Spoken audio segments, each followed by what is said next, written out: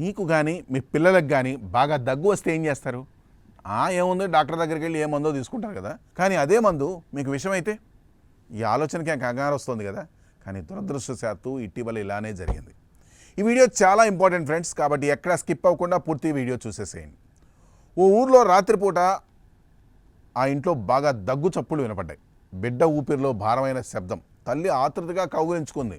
నాన్న గందరగోళంగా medical shop పరుగు పెట్టాడు. ఓ దగ్గు సిరప్ తీసుకున్నాడు. ఆ సిరప్ తన బిడ్డను దగ్గు నుంచి విముక్తి చేస్తుందన్న ఆశ ఆ తండ్రిది. కానీ ఉదయం సూర్యకిరణాలు దూసుకొచ్చేలోపే చిన్నారి గొంతు మూగబోయింది. ఆడుకోవాల్సిన చేతులు చల్లబడ్డాయి, నవ్వుకోవాల్సిన పెదాలు గడ్డగట్టాయి. ఇప్పుడిప్పుడే చిగురుస్తున్న జీవితం ఒక్క రాత్రిలో ఛిద్రమైపోయింది.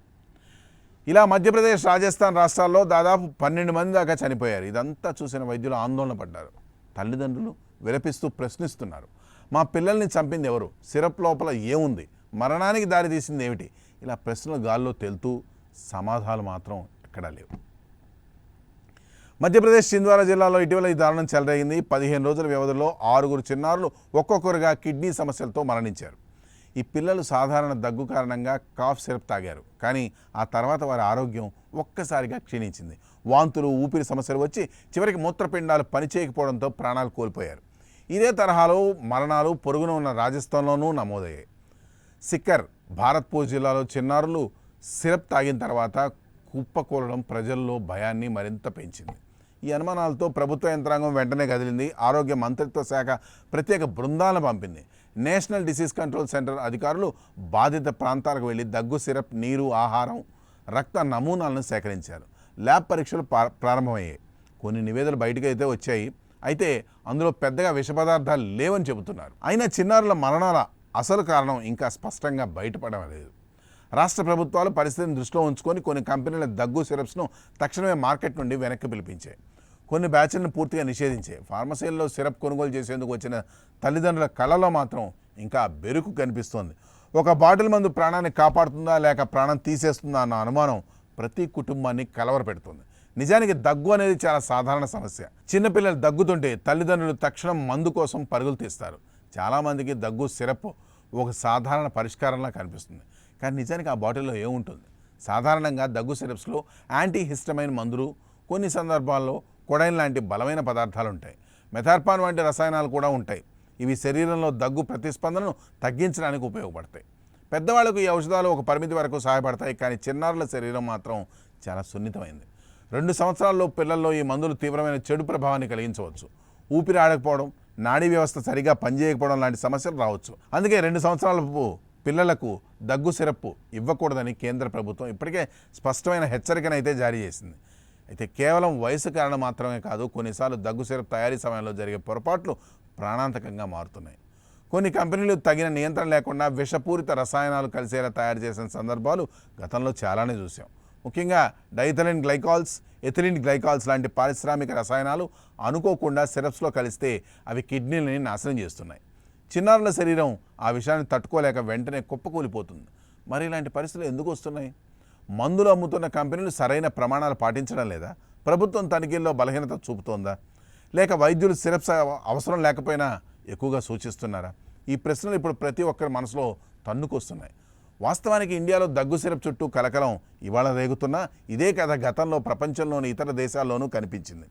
2022లో ఆఫ్రికా ఖండంలోని చిన్న దేశం గాంబియా భయంకరమైన వార్తను చూసి అక్కడ 66 చిన్నారులు ఒక్కసారిగా మరణించారు. దీనికి కారణం ఇండియా నుండి ఎగుమతి అయిన దగ్గు సిరప్స్. ఆ సిరప్స్ లోపల ఉండాల్సింది ఔషధం, కానీ పరీక్షల్లో ప్రాణాంతకమైన విషం ఉందని బయటపడింది. అంటే రసాయనం డైథిలిన్ గ్లైకాల్. ఇది నిజానికి యాంటీఫ్రీజ్ ద్రవం, పారిశ్రామిక ఉపయోగాల్లో వాడేది. కానీ ఒక తప్పిదం వల్ల అది మందులో కలిసింది.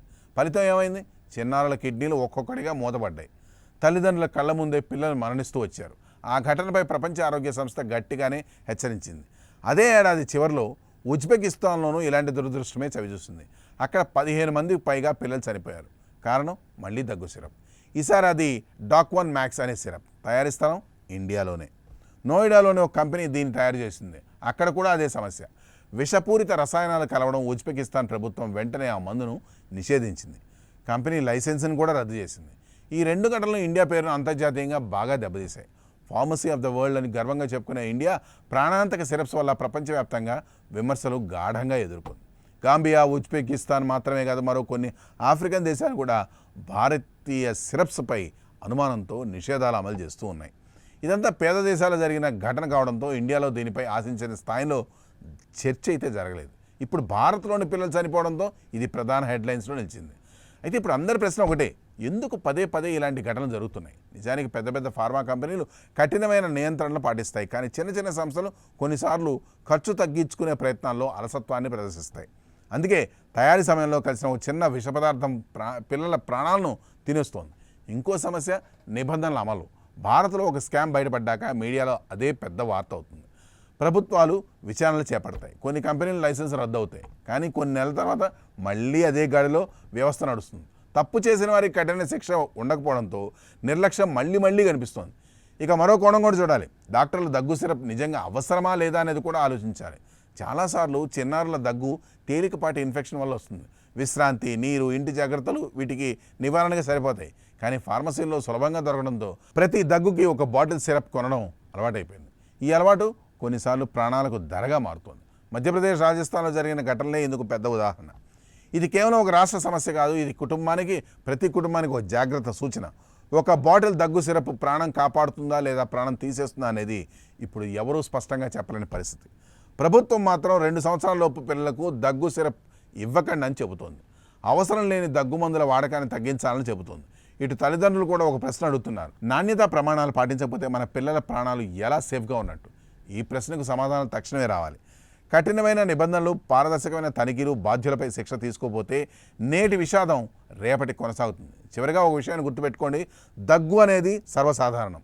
సిరప్ అనేది ఒక చిన్న బాటిల్, కానీ ఆ చిన్న బాటిల్ లోపల దాగుండే మిశ్రమం ఓ కుటుంబ భవిష్యత్తును నిర్ణయిస్తుంది. కాబట్టి జాగ్రత్తగా ఉండండి, తెలుసుకొని ఉండండి. ఆరోగ్యం కోసం తీసుకునే ఔషధమే మరణానికి కారణం కాకూడదు. So be careful friends.